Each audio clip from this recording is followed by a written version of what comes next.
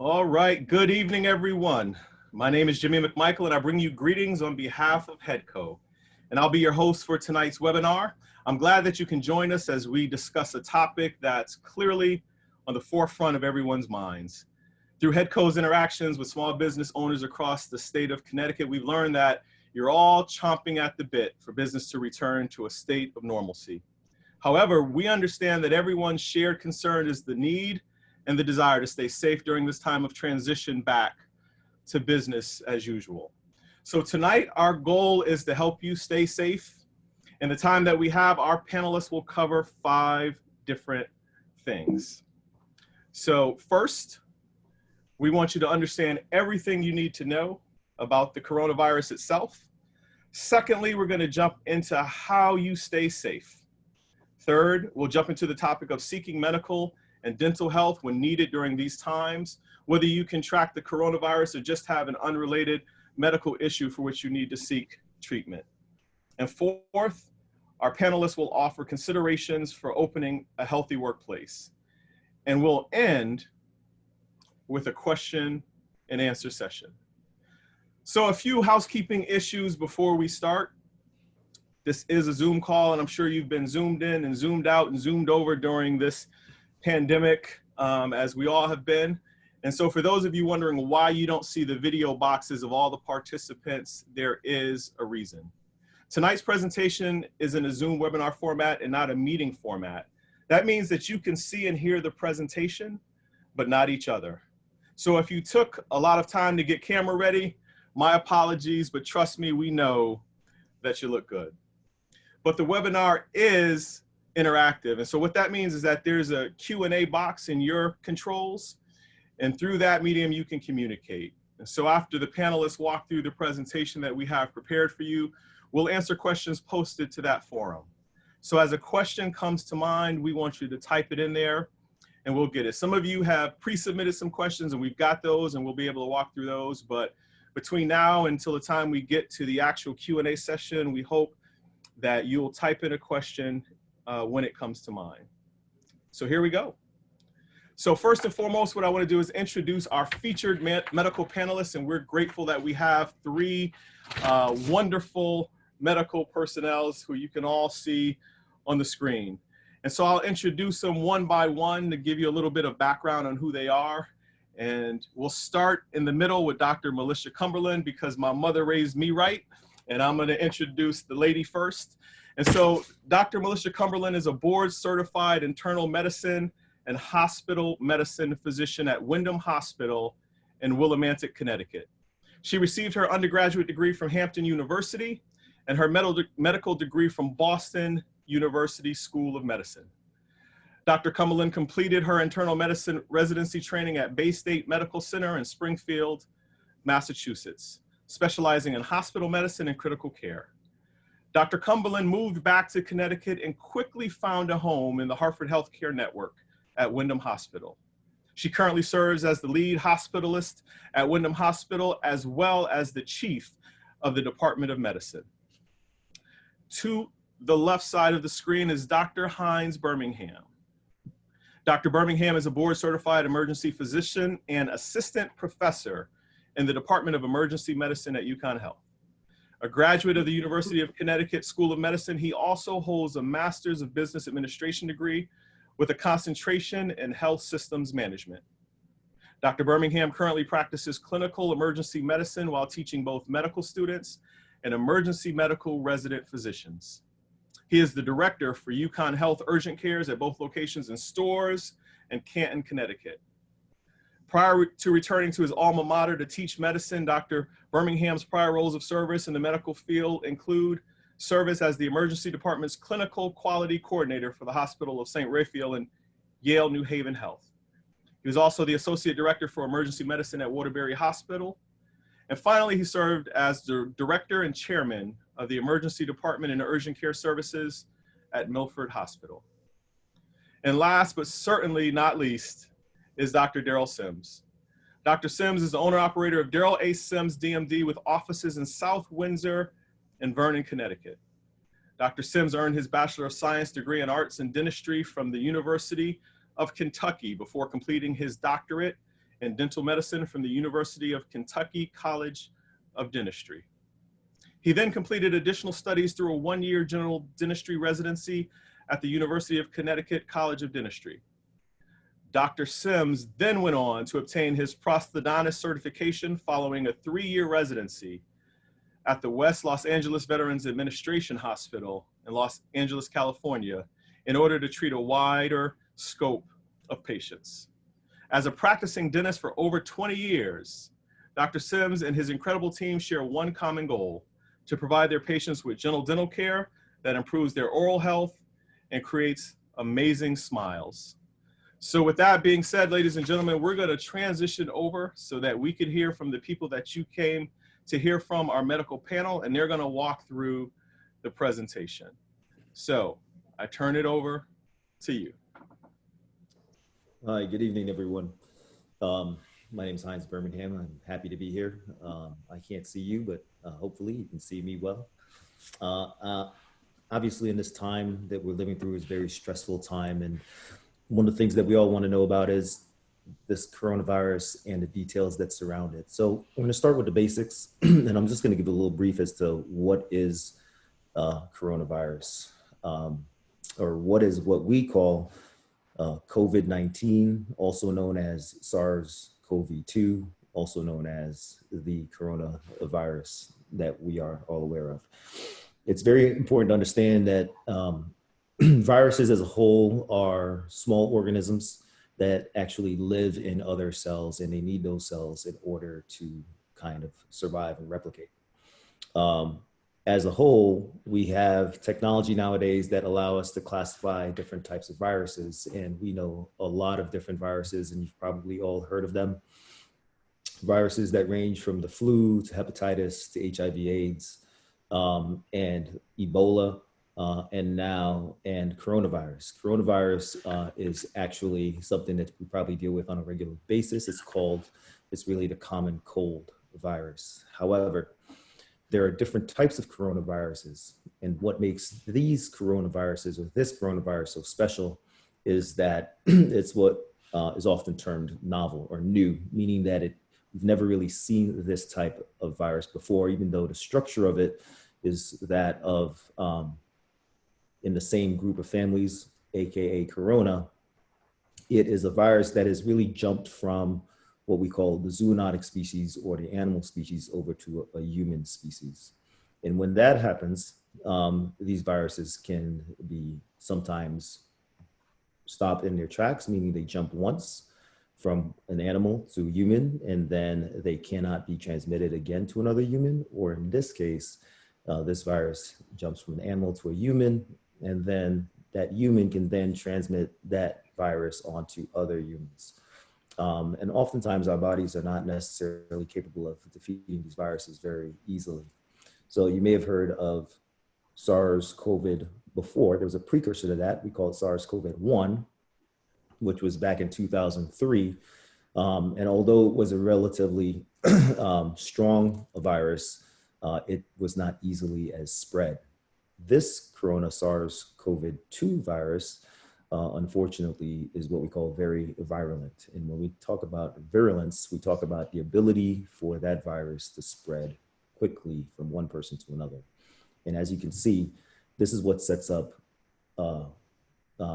scene for what we're in now, which is a global pandemic where this virus has spread quickly, not just in one area, but to various countries and to various people. Just to go back a little bit, SARS itself stands for Severe Acute Respiratory Syndrome, which is what this virus causes in the human species. So far in the US, the most up-to-date numbers give us approximately 100,000, I believe, 100,000 deaths, even though we've had about 1.7 million confirmed cases. And that is a pretty significant number, given that this virus, is spreading rather rapidly. We can move on to the next slide.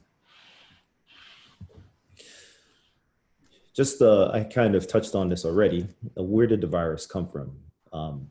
The virus itself is thought to have originated in bats, in the bat species, which once again is the animal species in which the virus spreads within and usually is within. However, in this case, this virus made a jump from the bat species to the human species. It's also thought that the virus can survive, or known now actually, that the virus can survive in other species such as cats. And you may have heard of the big cat in the Bronx Zoo that was tested positive, and many house cats may have the virus, even though they may not be symptomatic per se. More is being learned almost on a daily basis in terms of where this virus can survive and who can it spread to.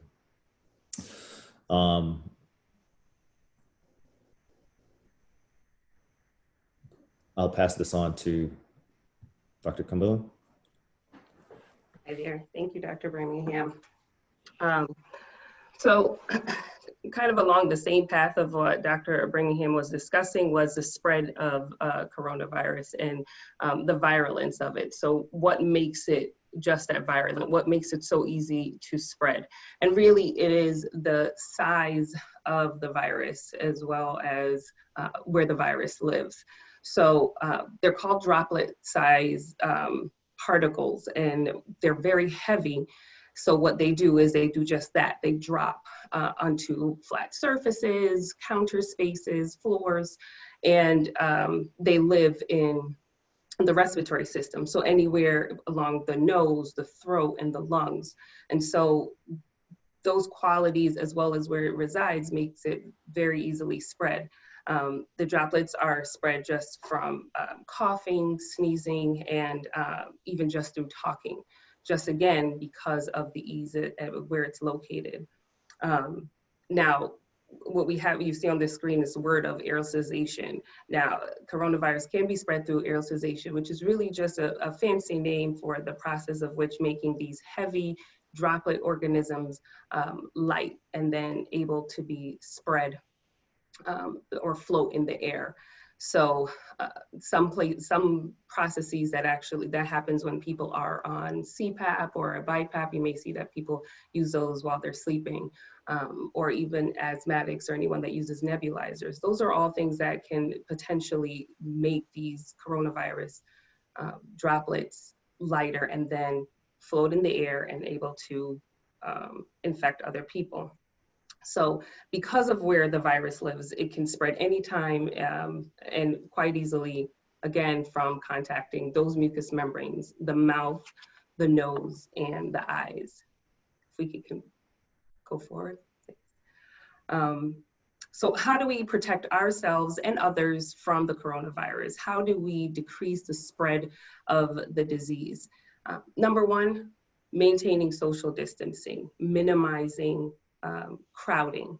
We see the effect of social distancing, and we see the consequence of the lack of social distancing.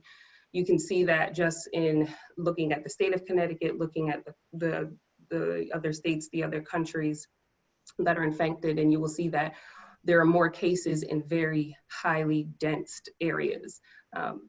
Just in Connecticut itself, the eastern portion of the state is less dense than the southern portion of the state. And so you have more infected cases.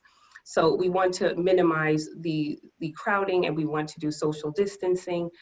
Social distancing is 3 feet away without a mask. 3 feet away with a mask, and then 6 feet away without a mask. Now, that being said, the Center of Disease Control has almost mandated that people wear a mask. And you'll see kind of in the corner on the top of the slide, the proper way to really wear a mask. It has to cover your nose, it has to cover your mouth, and it has to cover your chin. It's not appropriate wear if you have it around your chin. The thought behind that is that if you pull the mask down from your face down over your chin, you have now touched the outside of your mask, which is now dirty and contaminated. And so if you touch your nose, your mouth, your eyes, and you even touch the outside of your mask, you should immediately go and wash your hands. Wash your hands for at least 20 seconds. moving forward. And soap and water are the best options for washing your hands. However, if you do not have soap and water present, hand sanitizer with at least 60% of alcohol base is the recommended strength. Clean all frequently and commonly used areas. Again, like I said, these are heavy droplets, so they do fall onto common areas such as your counter spaces, your tables, and so forth. So you want to make sure that you clean those heavily, because once they expel from, whether it be your mouth or from your nose, they do drop onto these surfaces. Cover your mouth and your nose. Sneeze or cough into a bent elbow, as we've always been taught, but we want to continue to enforce that. And if you do begin to start feeling ill, first things first is to quarantine yourself. Begin to regularly take your temperature if it's possible, and stay connected with others, letting them know where you are and how you're doing just by phone or email rather than contact.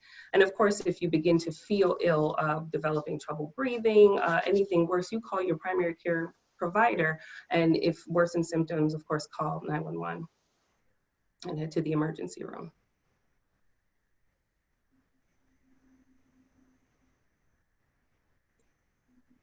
Dr. Birmingham is on mute. Sorry. Feeding off what was just previously said. So some of the symptoms associated with COVID-19. Remember, once again, COVID-19 is a coronavirus, so it is a cold. Many of the symptoms feel like similar to what you would get with the common flu. So these symptoms, the predominant symptom that we look for in terms of screening individuals is that of fevers, which is a temperature greater than 100.4. Remember, that's variable from person to person. But that is in general what it is that we look for people who are very symptomatic or symptomatic of the disease. You may get things like cough, congestion, runny nose, rhinorrhea. General fatigue is a common symptom, whether because you just have increase with breathing difficulty or just generally malaise and feeling tired. Oftentimes people will get body aches. And as the process, depending on the severity of individuals' presentation, they may develop worsening difficulty breathing, which is where the sudden acute respiratory syndrome or severe acute respiratory syndrome comes in. Sore throat is also one of the symptoms, and then GI symptoms as well. Things like nausea, vomiting, diarrhea, abdominal cramps at times as well. It's important to remember that the coronavirus really does not discriminate. It infects anyone from the young to the old. What we have found is that the virus is worse in individuals who are older in age, and in individuals who have more medical illnesses, underlying medical issues. So individuals who may have cardiovascular disease, such as heart disease, high blood pressure, hypertension, kidney disease, or underlying lung disease, such as COPD, people who are asthmatics, people who are smokers. Those individuals tend to have a worse course. Now, hence why you'll see, and Dr. Cumberland will elaborate why older individuals tend to do worse. And for some people who are younger, the disease may be much milder, and especially in kids, in general, kids tend to have much of milder disease than do people as you get older in age. So as Dr. Birmingham was saying, mortality or death does increase with age. And so as business owners, you'll need to be aware of who your employees are and what their health conditions are. What does their health look like? As you get older, COVID-19 does affect, it's multi-organ failure, but at the same time, it affects the lungs. And that's mostly what we begin to see is that shortness of breath, the pneumonia that we see. And as you get older, the lung is not as strong. It's not as elastic as it used to be. So this is why on the graph on the left, you'll see that hospitalizations really do increase with age. You see less cases in children versus the older population. And so the mortality and the deaths, since they're increasing with age, those are things you have to see if your employees or your clientele are older in age, you may have to come up with other ways for them to be able to work and other safety measures. On the right, you see the graph that outlines what Dr. Birmingham was discussing in terms of, cardiovascular disease, diabetes, COPD, all those comorbidities is what we say, those multiple medical problems. Those are the ones that we see highlighted, that the virus really attacks. Those immune systems are very weak. And so again, if you know that your employee or your clientele is one that has one with multiple medical problems, you may have to have that discussion with your group, your workers, and ensure other safety measures so that you're keeping yourself safe, you're keeping them safe, and the remainder of the employees and clients. Again, we see here that until about 1 week ago, and I tried to give you as up to date as possible, this is also from the CDC, but if you see that the death toll is much higher in the older population, it's the highest in the population greater than 65, and even higher when you reach individuals 85 and older. Obviously, most of these people, 85 and older, are not working. However, if your business is one of home care or elder care, this makes a significant difference for you. This does impact your flow and your everyday practice. So what do we do if you feel like you've contracted the coronavirus? Once again, going back to the symptomology associated with it, I think first and foremost, we're trying both to protect ourselves, each individual person within the business structure, your employees, as well as your patrons. So going back to some of the previous slides, that's why we kind of consider the things that we're going to do to prevent spread. But there are really three main categories of individuals that you will find that contract, that present differently with the coronavirus. And this becomes a little bit more complicated, which is why later in the presentation, Dr. Cumberland will talk about PPE and why it's so important, even if you don't have symptomology, that you wear PPE, because there is a group of individuals that are asymptomatic. And these individuals are actually some of the most concerning patients, and they are some of the most infectious personnel or individuals, because early in the disease state, you can spread the disease even though you don't display symptoms of the disease. So even though you don't have those symptoms of fevers, chills, body aches, general fatigue and malaise, it is possible that you may have contracted the disease, but it's what we call, it's in a viral shedding phase, but not necessarily showing symptoms. And for some individuals, they may actually contract the disease, feel a little bit ill, not so bad, under the weather, and then go on and do just fine, especially in the younger population. So those individuals are pretty concerning, and it's important to be aware of this and take proper precautions while going back to business, which we'll talk about.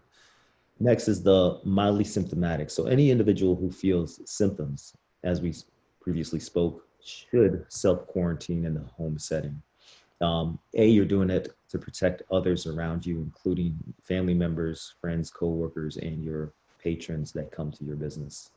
And of course, the severely symptomatic, those are the individuals that are going to require hospitalization. Oftentimes, people who are mildly symptomatic will go through a disease course, they will recover just fine, and then go on with their lives. It's the severely symptomatic that may require to go to an ER, be admitted, and have actual various types of therapy in order to help them through their disease process.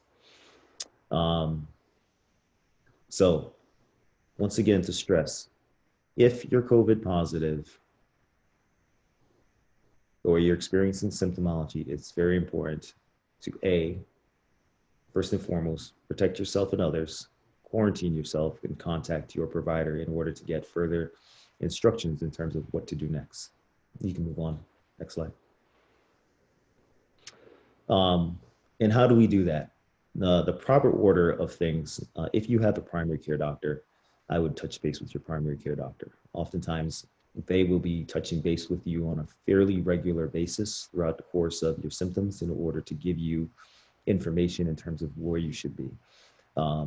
If you're feeling okay and the symptoms are relatively mild, the information may be as simply as, treat your current symptomology, treat your fevers, and stay hydrated, get rest, and stay home and avoid coming in contact with other individuals until you get to a point where you are no longer symptomatic. And then generally for at least 3+ days after that, when you're no longer symptomatic, before you can actually head back out into the general population, still with proper protective measures. That being said, your doctor may choose not to see you in the office, and that is okay. It's actually become almost what we call the new normal. Things like teleconferencing, which is what we're doing here this evening, and telemedicine has come to the forefront. So your doctor may choose to either have an audio conference with you or a teleconference with you where they can see you and have a discussion with you and get a sense of how you're doing. And if they feel that you need further help, then the next step would be to go, they would send you to a hospital for more emergent care or to be evaluated to see if you need further emergent care. Because within the hospital system, there are things that can be seen that may not come across in a telehealth visit per se. If you don't have a primary care doctor, certainly, and you feel ill, you can contact an urgent care of your choice and seek care there so that someone can see you and evaluate you. Oftentimes, those visits may be telehealth visits as well, as urgent cares tend to be not as intense in terms of the medical process as an in-hospital visit. But they can give you the same type of advice and timely advice that you need in order to guide your care over the course of the disease process. And then finally, if you're feeling sick at any time and you feel that you're worsening, regardless of if you've had a telehealth visit or not, you can always visit an emergency department. The emergency departments are there 24/7. We've noted that some people tend to hold out, unfortunately, too long before they visit emergency departments at times. And that's been one of the criticisms of this disease. Not even that folks with the disease are presenting late for care, but folks are presenting late for care for other reasons because of fear that they may contract the disease within a hospital setting. But the hospitals are pretty careful in terms of how they've kind of delineated how they will care for individuals from your intake process through your ER stay and whether or not you're admitted or discharged. That I think it's very safe and prudent to not wait until you are on your dying per se, but if you're feeling ill and you feel bad, you should go and seek medical care, because the sooner you seek medical care, oftentimes the more that can be done for you.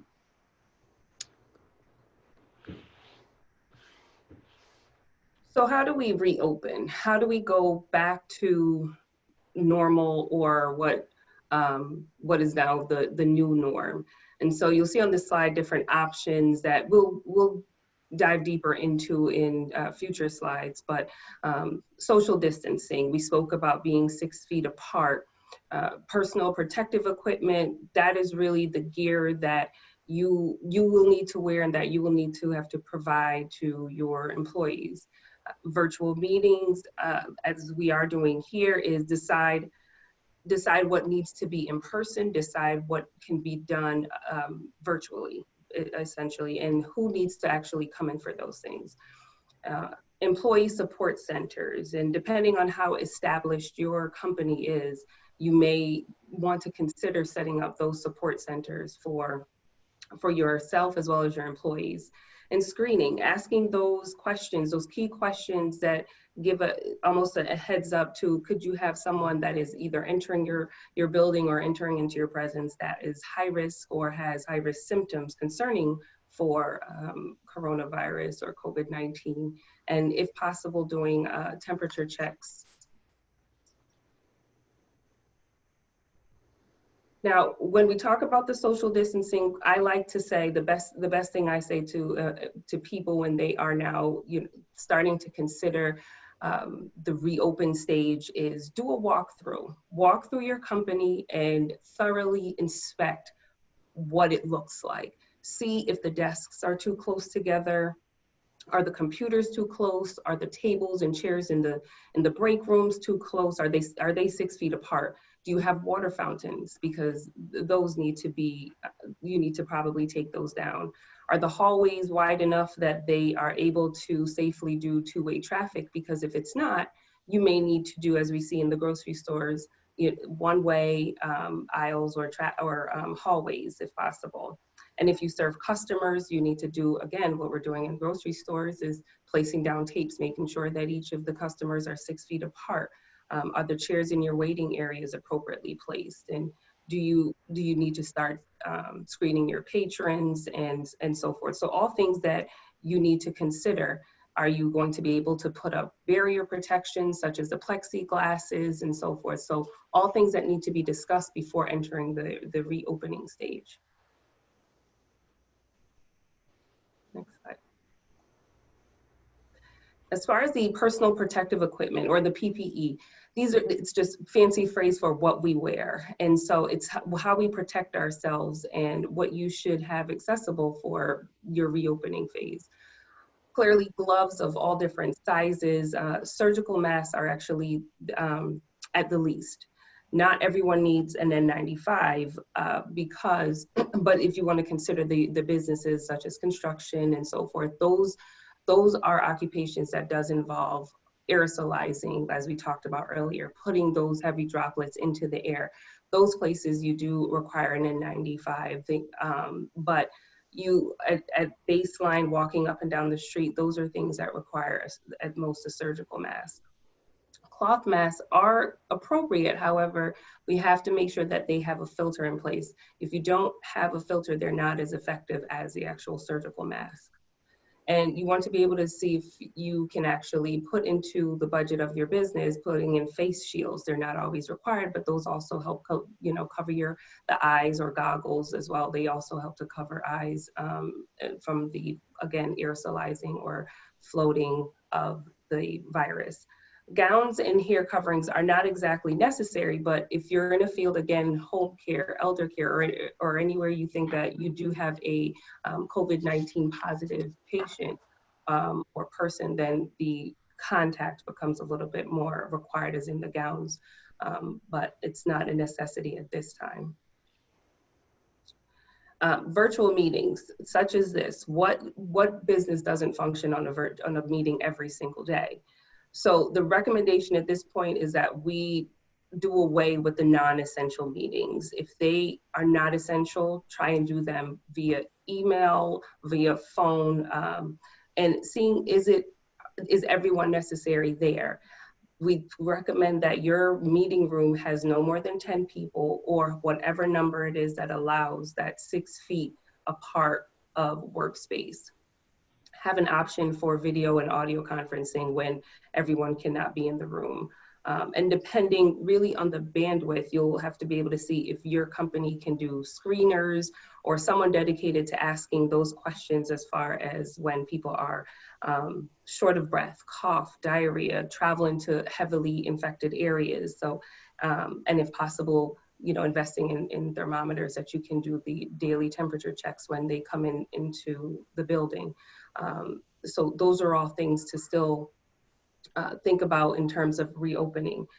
Last thing that I do want to touch on is the employee support centers again. And I want to touch on that because depending on how established your business is, you may or may not have that capability, but look into getting whether a number that your employee can call and to get that support that they need, because this is a stressful time for everyone. And so as businesses begin to open, schools are actually still not in, right? So they are, some people are battling childcare and distance learning and so forth. So you want to make sure that your employees feel supported. So if you have a number or a location that they can actually depend on so that they feel less anxious about coming to work.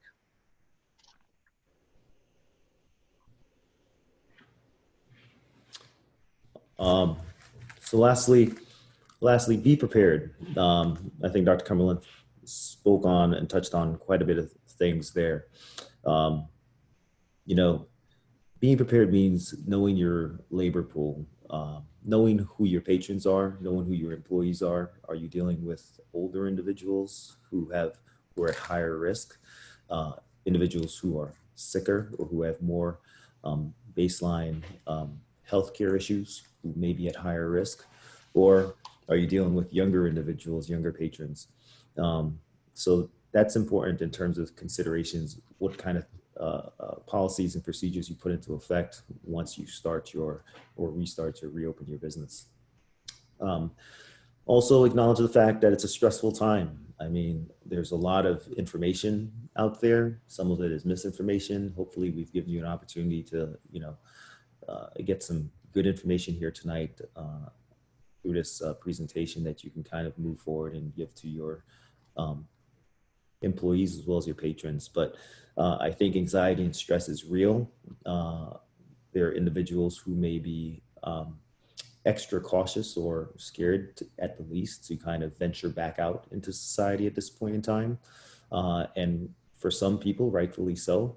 And then there are going to be individuals who are ready to kind of move forward with the new normal as we know it. Proper PEE is important. Standard precautions are important. Have a backup plan as you go into your business, because if not everyone returns, once again, knowing your labor pool and being flexible will help with that. Do you need additional employees? If employees have to be out for extended periods of time because of illness or because they need to be quarantined, certainly prepare and plan for those nuances and circumstances, and continue to educate yourself. Continue to educate yourself about the disease. Continue to educate yourself about what's going on in the community around you, and then can properly move forward with a good reopening plan.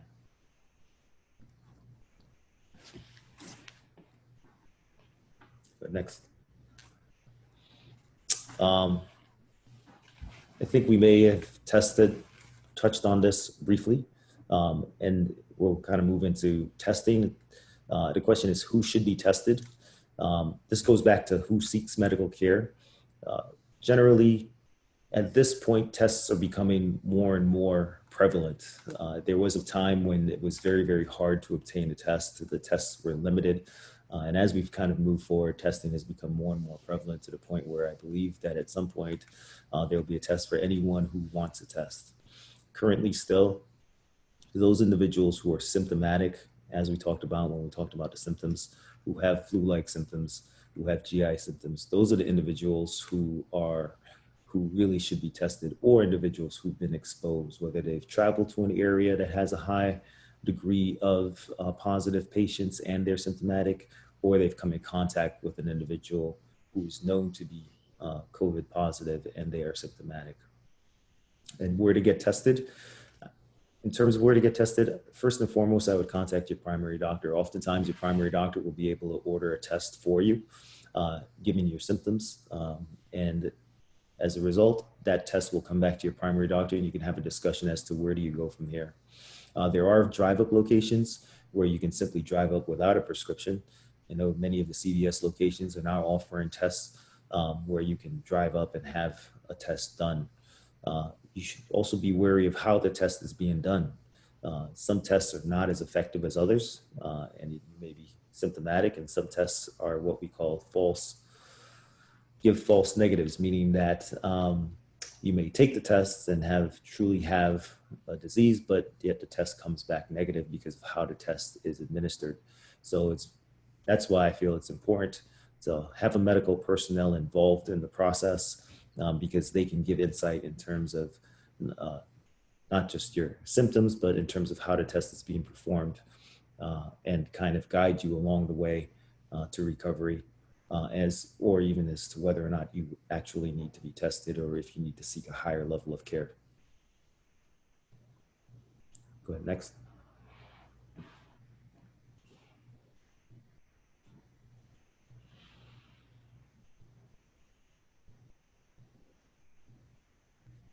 Good evening. How's everyone? I'm Darryl Sims, here to talk to you a little bit about dental health. As the doctors have already touched on, life as we know has changed and is not going to come back to the norm anytime soon. So many times we find before the pandemic that a patient has put off their dental needs and necessities for other urgencies that have come into their life. And we're always accessible. With this pandemic, even though the governor of Connecticut didn't say dentists should shut their offices, it was recommended to mitigate the spread of the virus. So today, here I am in scrubs because it was the first day that I've opened in almost 3 months. So first day for me, first day for our patients coming back. So what do you do during this time or any time when you have a toothache or a fracture or trauma? First thing is you have to kind of relax and evaluate everything. Check and see, is this a true emergency? Emergencies for you are not categorized always by a dental professional as a true emergency. So let's figure out what's going on. Biggest thing is we want to make sure, is it life-threatening? If anything like that, call 911. That's first and foremost. If it's not, call your dentist. If you don't have a dentist, ask a friend and get in contact with one.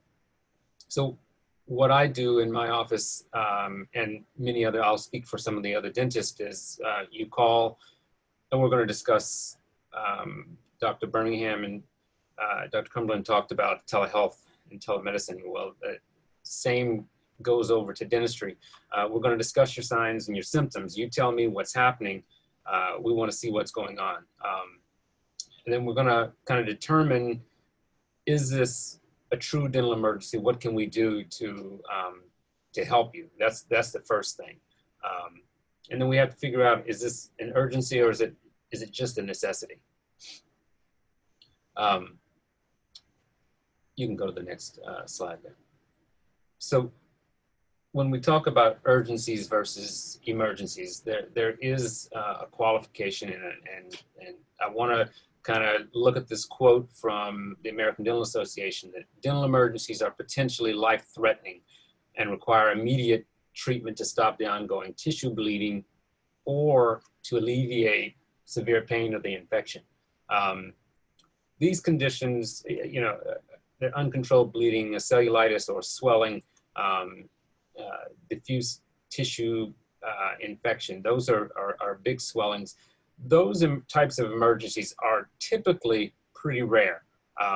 So when we look at that as we definitely need to see you right away, we need to break it down into some urgencies. So you've fallen and you hit a tooth and it's broken and it's hurting bad. You need to call us. We need to get you in, talk about it, things, and the dentist is going to sit back and evaluate. We don't want any type of infection or severe pain or any kind of a swelling. Those are things that we're going to see you in our office right away and try to fix that. What we don't want to do is have everyone go to the ER. So if we can prevent you from going to the ER, that's what we want to do. And that's, number one, it's going to treat you and help you, but it's also going to help everyone else, and we're going to help mitigate the spread of this virus. Okay, Jim. I talked about the American Dental Association discussing what the true emergency is, and the true emergency is a true emergency. We don't see a lot of that, but when we see things like severe dental pain from a pulpal inflammation, is a tooth that the inside of the nerve is swelling so much that it's excruciating pain. You can't sleep. You wake me up at night. Things that I'm going to see you in the office for are just that: an accident, a trauma. Your child has fallen and broken a tooth on the slide or at the playground, or you've slipped going down the steps and fractured your teeth. I had a patient that slipped and fell down the steps while holding her baby, and to save the baby, hurt her teeth.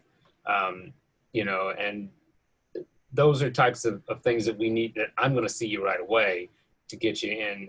We don't want you sitting there, like Dr. Birmingham and Dr. Cumberland said. Don't wait till the last minute to come in. We want to make sure we can treat you and get you set.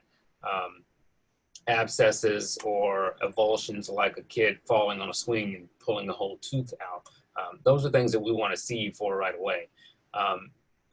At the same instance, if you've had an issue that you've been kind of putting off and it's not urgent, even though Connecticut's dentists are opening again, evaluate whether or not you are ready to go in.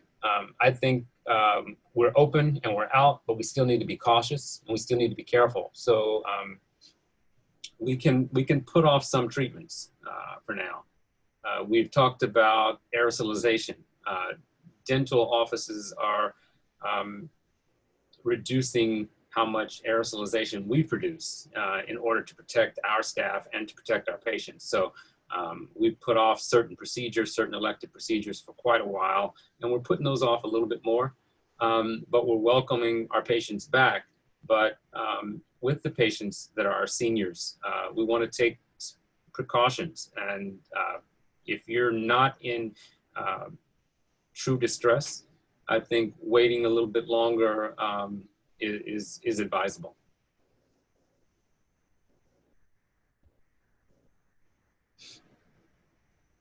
So I mentioned that we're trying to mitigate the spread of the transmission of the virus, and we're open and we're getting in those patients that have come in.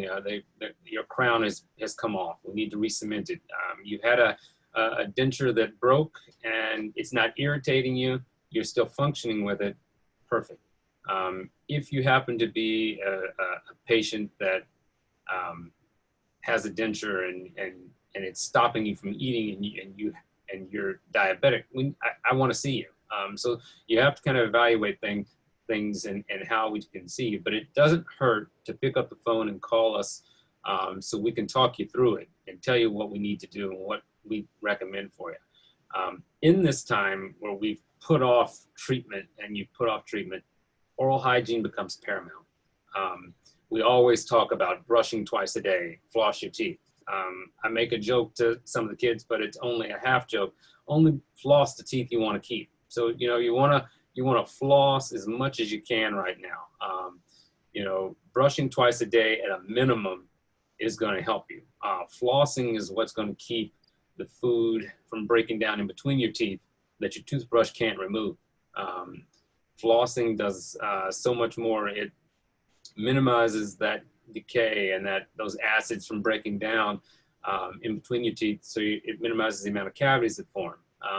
It also, by removing those hunks of food or that sit and build up and become like barnacles on a boat on the side of your teeth, once they build up and accumulate, your body's going to start resorbing. Your bone is going to start moving away because it doesn't like that irritant.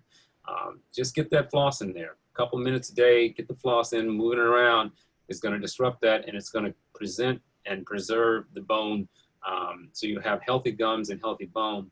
And that's you know, really paramount right now. While you're not seeing us, you need to take the steps to improve your health and maintain where you are until we can get you in and give you a proper clean.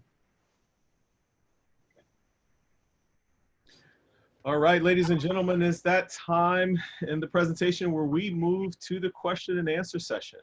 And so if you've had questions that you've been sitting on, put them in that Q&A chat group. We have some in there. We're gonna try and roll through all of these as quick as possible so we can hopefully get all of your questions in.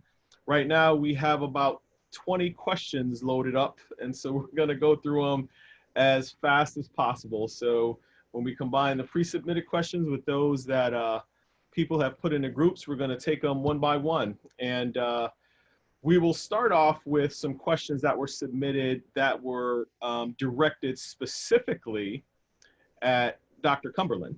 So I'm going to throw a couple of questions out at you. So one of those questions says, when do you suggest people fall back into the routine of annual checkups? I'd say, given, again, these are all changes with this virus that, again, is novel. And so everything that we are saying, recommending, and thinking, it's a very fluid state, and we change it constantly. I think that well visits, we've certainly highlighted those visits that are not, should not be, shouldn't wait. You should call your primary care, you should call your dentist, those. But as far as well visits, I'm almost inclined to say, if you could wait through the summer for your well visit, I would, because we don't know how this so-called second wave is going to be. There's this talk of the second wave. We certainly don't want to say put off your medical care, but in terms of well visit, you have to also consider, is this a well visit for an older individual? Where is it located? Where is the office located, and what are the barriers to getting there? But I do tend to err on the side of, if we can wait through the summer to see what the true behavior is of the virus, if we can see where the trend is going, because reopening is very sudden.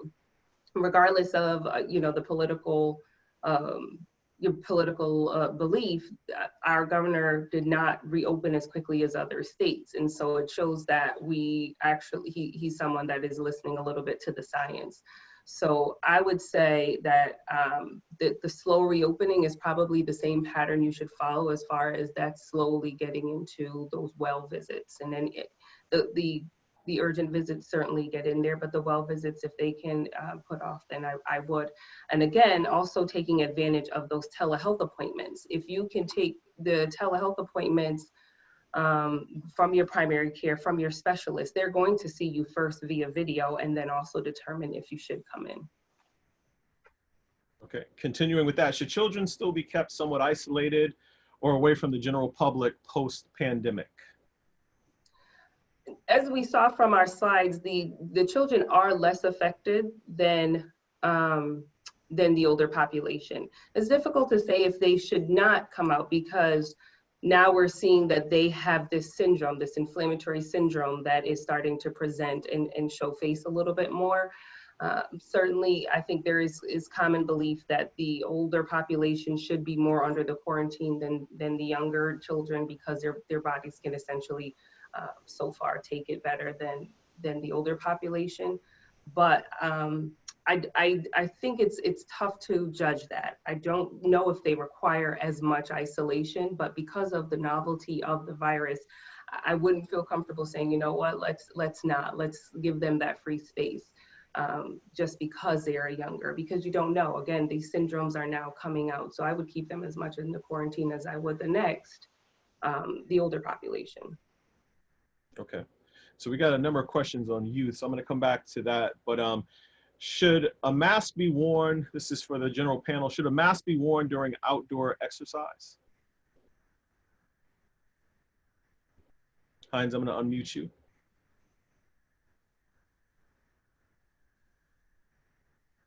Okay, you hear me okay? Yep, we hear you good now. So the question is, should a mask be worn during outdoor activities? Is that correct? Yes, during the outdoor exercise activity. Exercise. So in general, this, like we talked about before, the spread of the virus is really through aerolization or droplets. So if you're not really within the proximity of other individuals and you're outside doing your own thing, such as running, do you need to actively wear a mask? The answer is no. The answer is, but however, if you're going to be within proximity of individuals, then or at some point we'll stop, to grab a drink and may walk into a store, then yes, you should bring a mask along. In general, group exercises should probably not occur unless, of course, you have kind of gotten to the point where you have the appropriate spacing, which is at least 6+ feet apart. And in those situations, you may want to consider wearing a mask for your own safety.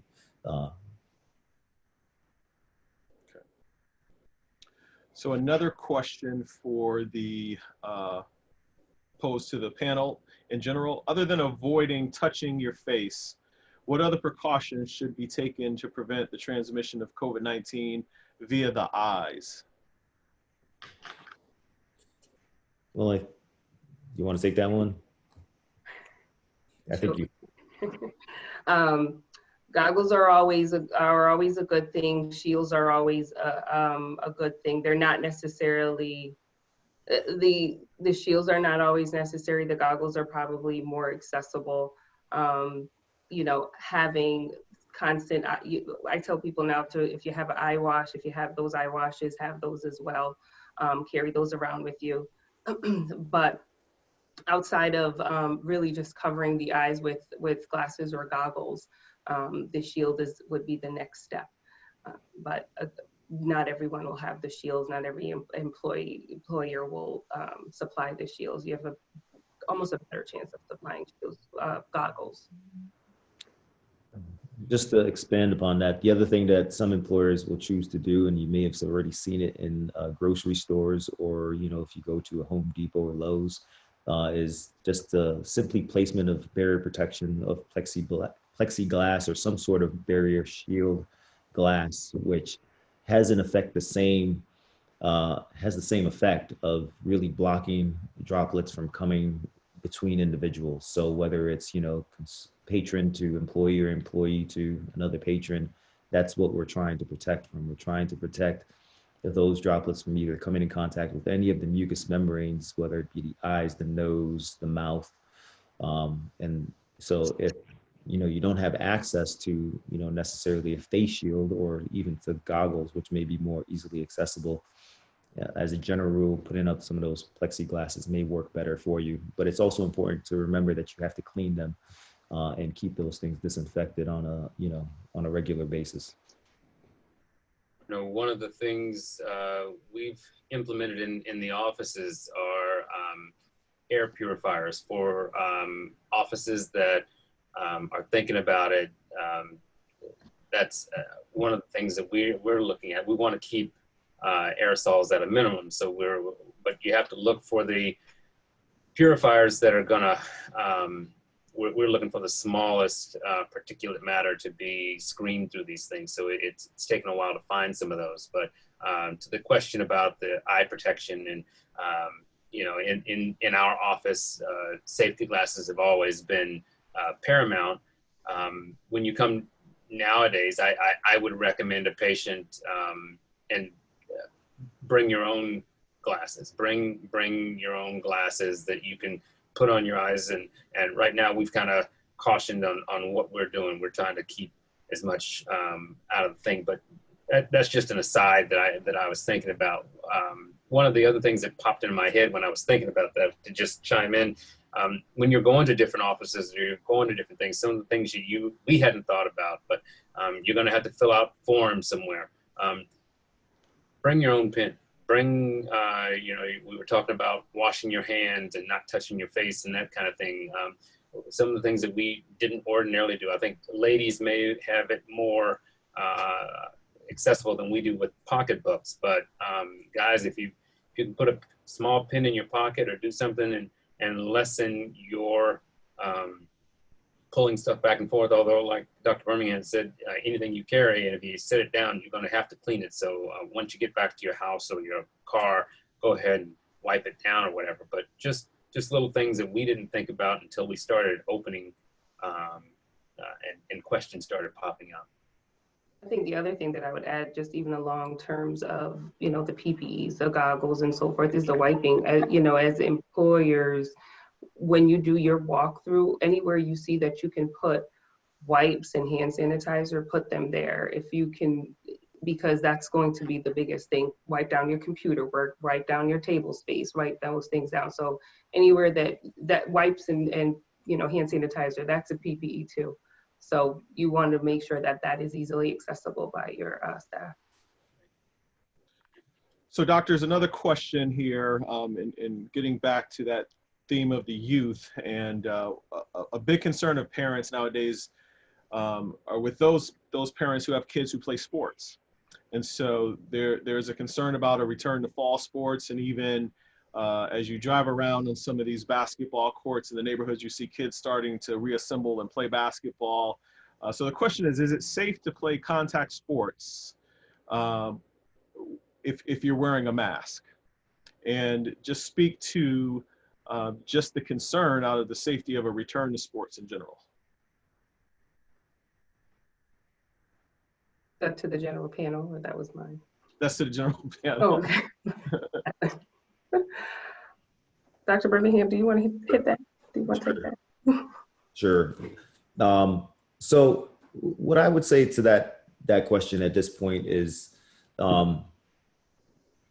it's a really tough one to answer, but based on the recommendations for kind of getting back to normal, it's probably not safe to play sports. Just the level and degree of proximity in which you're going to be with person, regardless of whether you're wearing a mask for personal protection, it's probably really going to be ineffective.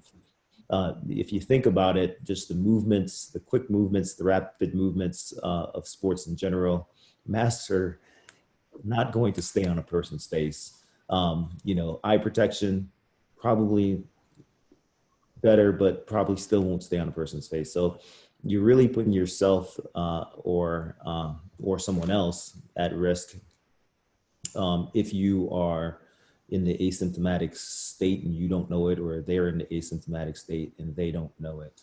What I would say is, obviously, being active with individuals within your family would be fine. You kind of know their state, you're exposed to them on a regular basis, but being interactive with other individuals from outside circles, probably not going to be fine, because you're really giving yourself new exposures, and they're potential exposures, because as we spoke about before, there's a period of time in which people are asymptomatic. However, they're still capable of passing on this virus.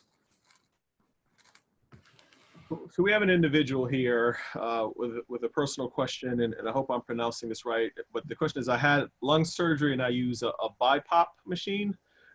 Does that make me a high-risk individual? A BiPAP machine. The lung surgery in itself makes that person, it makes you a high risk, right? So that already puts you at one risk. And if your BiPAP is for merely your lung surgery or what you have surgery for, then that's the same risk. However, if it's for an additional, say for instance, COPD or asthma, if it's an additional comorbidity, if it's an additional medical problem, that increases your risk further. So it does put you at an increased risk. So the best bet is that you stay quarantined the best that you can. You stay, you monitor your symptoms, you monitor the people that you are around as well, just as anyone else that has those comorbidities. But you do become a little bit more heightened if you start to develop other symptoms, if you start to become short of breath, if you start to develop fevers. And you would be a patient that I wouldn't say, you know what, let's hold off for 2 days and see how things go. I may want to see you. You may want to call your primary care a little earlier to say, I have this fever, because they know what your history is and so forth. So it does place you into, unfortunately, the higher risk box. And so just to, be more mindful and watch your symptoms more. There's a question that says, I'm an essential employee. The desire of my employer is that I show up to work. How do I do that and assure myself of staying healthy and not posing any risk to my elderly parents? I'll be happy to take that one. So it really goes back to what we discussed within the presentation about PPE, or personal protective equipment. Wearing a surgical mask, wearing some sort of eye protective wear, whether it be goggles or face shield. If you handle a lot of things that come in contact with other individuals, as Darryl spoke about, bringing your own pen to work if you're going to use your own pen. But if you are someone who deals with, handling money per se, you may want to wear gloves because that money passes between the hands of individuals, a lot of different individuals. Keeping your work area clean, as Dr. Cumberland mentioned, if you disinfect, at the beginning of your day and you clean your workstation, your work area, that you're the only one that, and if you're the only one that works there, that you're the only one that potentially can come into that area and infect yourself, so to speak. And using hand sanitizers and frequent hand washing is also important as well. So those are the things that you want to do and that we all want to do, regardless of your situation, in order to keep yourself protected and also to protect those around you. That mask that you wear not only protects yourself, but it also protects other individuals. You have to understand, because if two people are wearing a mask, basically the protection is actually somewhat doubled per se. If I'm wearing a mask and everyone else around me is wearing a mask, that's a great thing, because not only am I unlikely to spread a virus, but I'm also less likely to obtain the spread of virus. And if it's a double mask, then you have a kind of a double shield, so to speak. So those things are important. Okay. So keeping with the mask conversation, can you disinfect a surgical mask and reuse it? Well, you want to take that? I was going to talk just briefly from a dental aspect. Ours are, disposed of after every patient. And, if you're looking from a clinical environment, or a clinical environment is different from if you're at home. And it depends on, I think, also to how you're exposed or what it's exposed to. But Dr. Cumberland and Dr. Birmingham can probably speak to that better than I can. But just as a practice in our office, even though we'll wear an N95 mask for all our patients, but we also will cover those N95 masks with a surgical mask, just because any droplets that get on that, we can dispose of that and get rid of that. But I would say most of the times you want to just get rid of that. But I think if Dr. Birmingham and Dr. Cumberland might want to add to that or give you some more direction on that. Dr. Sims is correct in the fact that we do cover our N95s with the surgical masks, and those surgical masks we do dispose of. Those who are not in high-risk areas, not necessarily in COVID rooms, or going a walk on the street or so forth, we do say that those surgical masks are able to be reused as long as they are not visibly soiled. Where we worry about any mask in terms of reuse is the elastic, so the integrity of the elastic. So outside of if it's visibly soiled, you want to monitor if it's just a loose mask, especially in cases of N95s, because if the elastic around the ears do become too loose, it loses that seal around your face. And so those are the things we worry about. So outside of obviously soiled, we can reuse the surgical masks for a few days, but once you start to see that it is stretching, we do say dispose of it and get a new one. As far as employers are concerned, some are doing the kind of the trade out system. So in their face, they supply employees with the mask, and then if it's soiled, if they have to discard it, you tell them or you show them this soiled mask, and then it's almost a way of preserving the PPEs. They give you a new one instead of every day someone is changing out a mask that may not be soiled. I also think it's just to feed off of what both of you have said. It's also important to note that not everybody needs a N95 mask. I think there's a misconception that that everybody requires or needs an N95. The surgical mask is typically the mask of choice that's required for the majority of the population, but for individuals who work in high-risk fields, such as physicians and dentists, EMS crews, people who will be having close personal contact, within, feet of other individuals who are potentially sick. Those are the individuals that are the ones that, require higher level masks, such as the N95.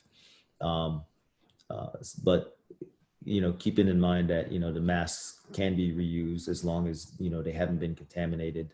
And many of the masks, even within the health system, they're recycled, they're disinfected in various ways. And after a time period, they can be brought back into circulation as long as the integrity of the mask itself is still, as Dr. Cumberland mentioned, is still good. Two more quick mask questions for you. Looks like we have someone here who operates a private practice, and they're inquiring as to where they can purchase or obtain the N95 masks, as they've not been able to find them.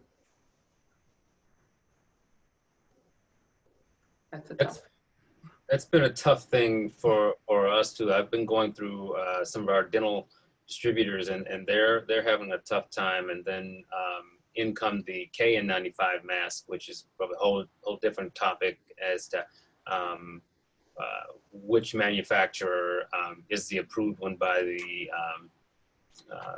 CDC and that kind of stuff. So I think depending on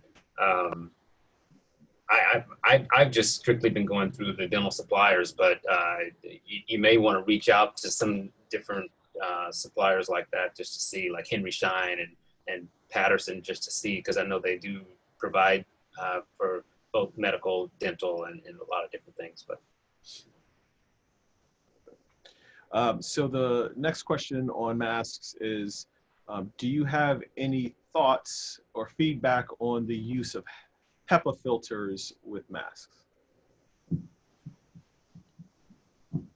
Well, so a HEPA filter, for those who aren't familiar with them, and correct me if I'm wrong, but it's Dr. Birmingham, it is, what's the stand for? It is a particulate air. So it's a high efficient particulate air, that's what it is. And so what it does is, it's fancy words again for taking the dirty air, taking those droplets and pushing them, squeezing them into a mesh. And so pushing them out of the room, it's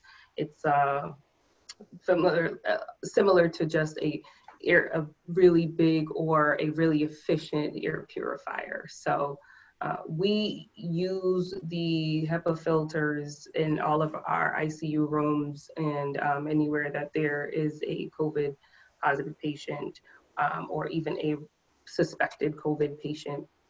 And so I would say yes to continue to do that with the mask, because there's no 100% HEPA filter.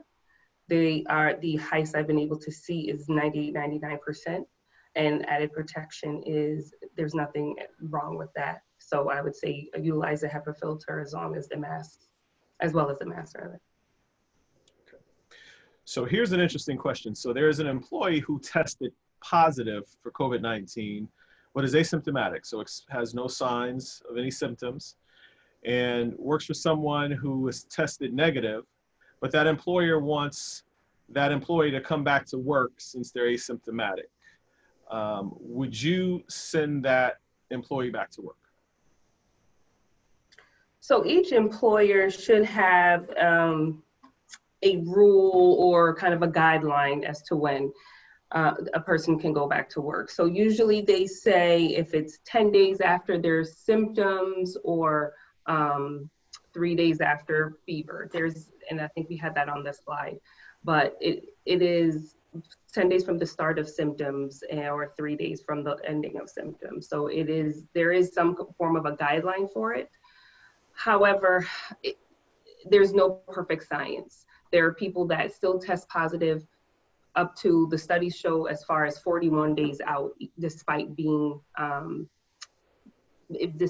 not having symptoms. If you repeat their test, they still end up having a positive. And that again is a good test, because Dr. Birmingham did discuss the fact that you can have a false negative test. So under ideal circumstances, if patient tests positive, say whether they're symptomatic or not, they will do that quarantine at home. You can test out for 3 weeks and someone may still be positive. what I've seen so far as when I discussed with several infectious disease providers, is that after about 3 weeks, which is 27 days, after about 3 weeks, despite if a test is positive, they're not infectious. Again, this is all new, this is novel, this is totally able to be changing at any moment, but it is possible for that patient to return back to work. We go and we say, you monitor your symptoms, you keep your mask on. It is possible, however. And if they were to retest themselves or get retested, it's also possible that their test result will say that they are positive because that antibody hasn't completely developed, but they are not infectious.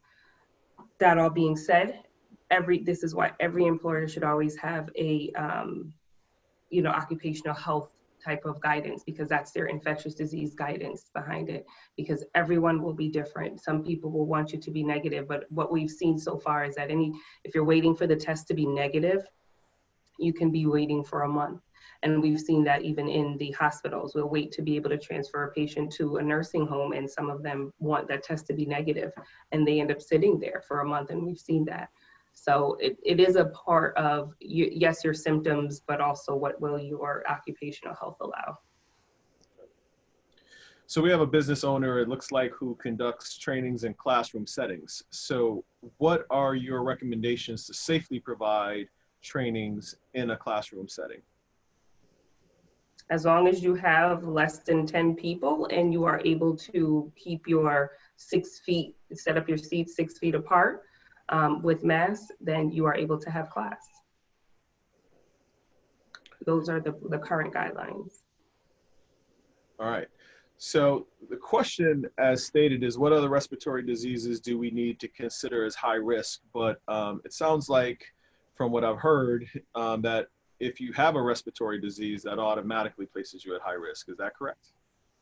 Well, certain respiratory diseases are higher than others. I mean, right. I think we've been very, we've kind of tried to keep it as simple as possible in order to kind of, have a discussion about respiratory diseases. I mean, respiratory diseases run the gamut from mild asthma, which you would not be considered high risk if you're mild to moderate per se asthma and you're not on daily medications, and to people who have severe lung diseases of all types, whether it be like fibrosis. So we won't get into the specifics. What I would say is, have a discussion with your primary provider, and they can tell you for the most part whether or not your disease is considered higher risk or lower risk, because pulmonary diseases run a gamut, and some of them are considered very high risk and some of them are not in the setting of this virus.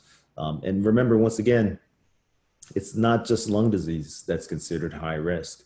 There are other types of ailments that would put people at high risk, put people in high risk categories, whether they're transplant patients, whether they're cancer patients, and they have some degree of immunocompromise, depending on age. So there are many factors that kind of confound things. So the best person to seek this advice from is really your primary doctor. Great. So we have about 11 minutes left. I have a few more questions that are here. So we'll move through those. If anyone has any last minute questions, we may have time to get about 5 in, but I think we've got 3 left. So this one here was added, I think, after we had a conversation about the reuse of surgical masks, but it looks like if your only option is to try and disinfect a surgical mask, how would you disinfect it?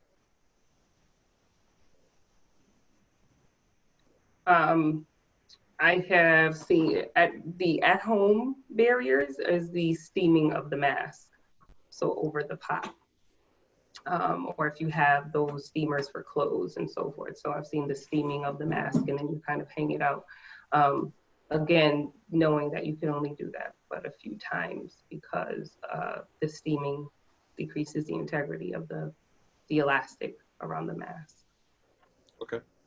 All right. So if we have a surge in cases after things start to reopen, in other words, the second wave of infection, do you anticipate another national quarantine?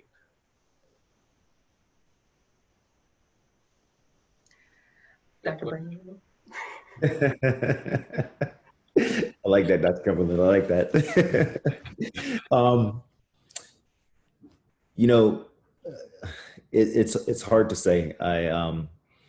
I do anticipate that depending on what occurs, we can't foretell the future. But obviously, the whole point of social distancing, the practice of social distancing, was to limit the spike in illness because of the high virulence, meaning the rapid spread of this virus. It's a virus that jumps from person to person very quickly, and obviously in certain individuals is more severe and can cause more issues, including death, for some individuals.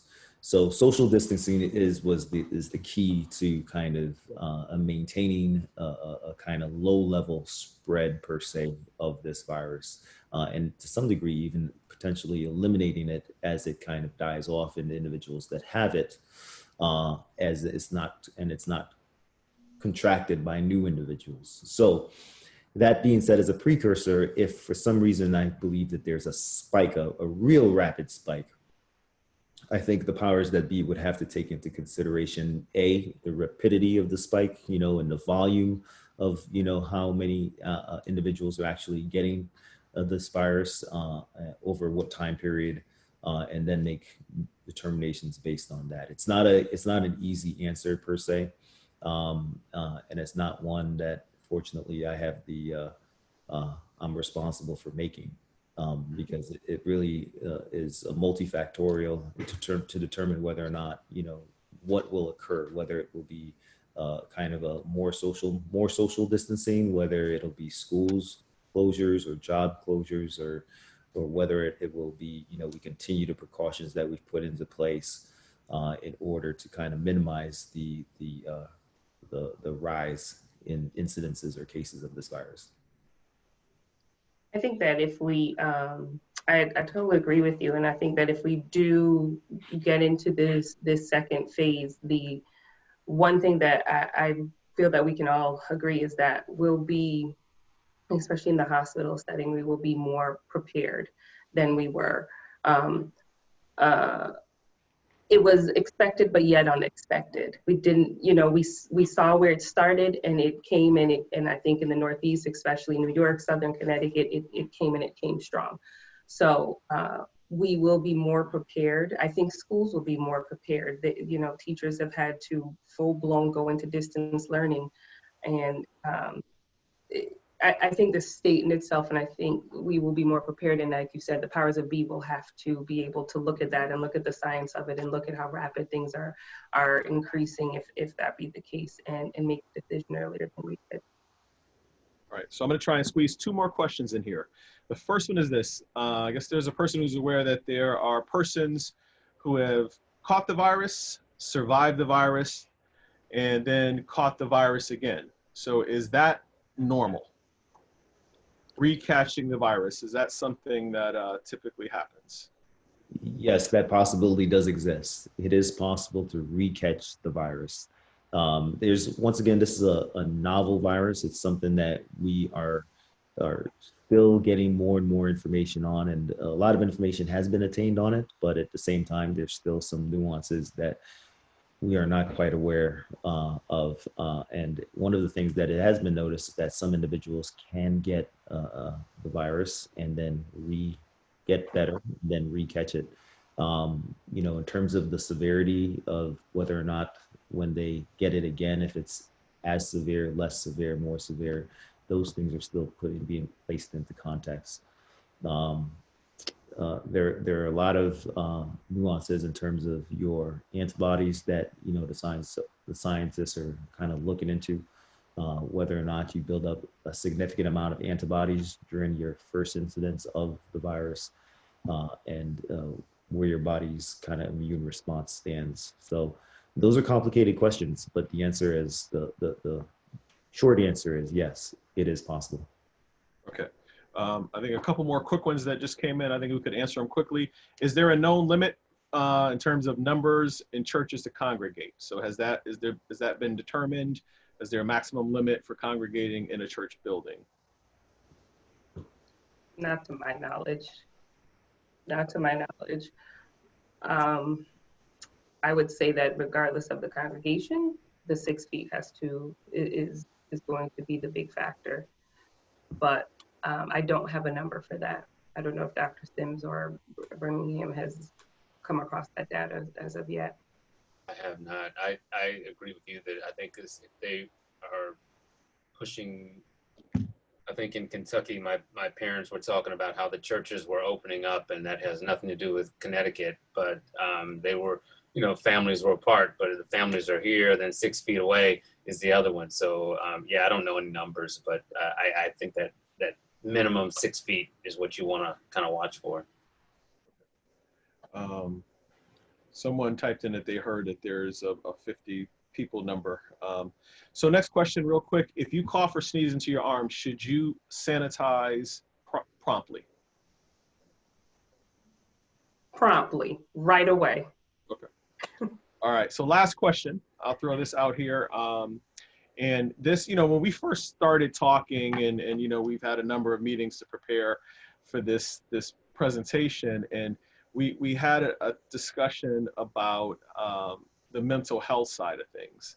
And so I saved this question for last, but the question is, what are some coping skills that you could recommend as people return to work or return to school, because the fear is very real and the trauma associated with that is very real. So are there any coping skills that you have to offer? I think the biggest coping skill that I would say is talk about it. Talk about it with someone, another parent, another family, because that is where that was what was lost to some degree, especially I know in those that still had to go to work, that the social interaction was not there. And so there is power in numbers and the discussion and just being able to voice your concern. And so once you go back to work, having that employee kind of support system is huge, because what we're going to see is this spike in mental health and the concern for mental health, because this is a pandemic and we've never faced this before. So I think my coping skill would be, first and foremost is talk about it. Find a person to talk to about it. If it's not family, if it's not friends, it may just be a professional. And behavioral health providers are all doing telehealth visits as well. Absolutely agree. Absolutely agree with everything that was said. Information is key. I think there's a lot of misinformation out there on the web. And I think getting accurate information from individuals who are trustworthy is important. And that would certainly help kind of guide everyone's safely returning and, how they kind of interact with each other. In addition to that, obviously, there's some of the other things, exercise, meditation, but the conversation has to be had. And getting the correct information and acting upon the correct information is the best way to make educated decisions that will ultimately affect, your business, the individuals around you, your families. Those are the things that you want to kind of put your trust in. I agree. I would simply say, be that squeaky wheel. There was an essential employee that had a question about going back to work with being a little bit nervous, and talk to your employer. This is all new for all of us. And the biggest thing that I've learned is, I don't have all the answers, and not everybody was ready to come back at the same time, but we had to come up with protocols. Like you can't have one individual thinking this and the other individual not wearing a mask. So you got to make sure, ask that question. Don't be afraid of making mistakes. You forgot a mask. Everybody has to be on the same page. So start that conversation, be that squeaky wheel, and I think that's one of the biggest coping skills on that, because it's all new for all of us. All right. Well, it looks like we have run out of time. I know that many of us would like to continue this conversation and keep going. However, we want to be respectful of your time and start and end when we said we did. So once again, on behalf of HEDCO, we thank you for tuning in with us today. We know that you had other options and other things to do with your time, so we're just grateful that you would spend some of it with us. To our panelists, we thank you. Listen, it's tough to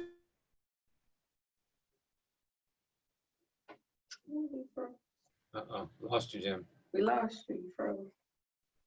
you and all the information that you imparted to everyone who's in attendance today. So thank you, thank you, thank you. And for everyone, have a good night.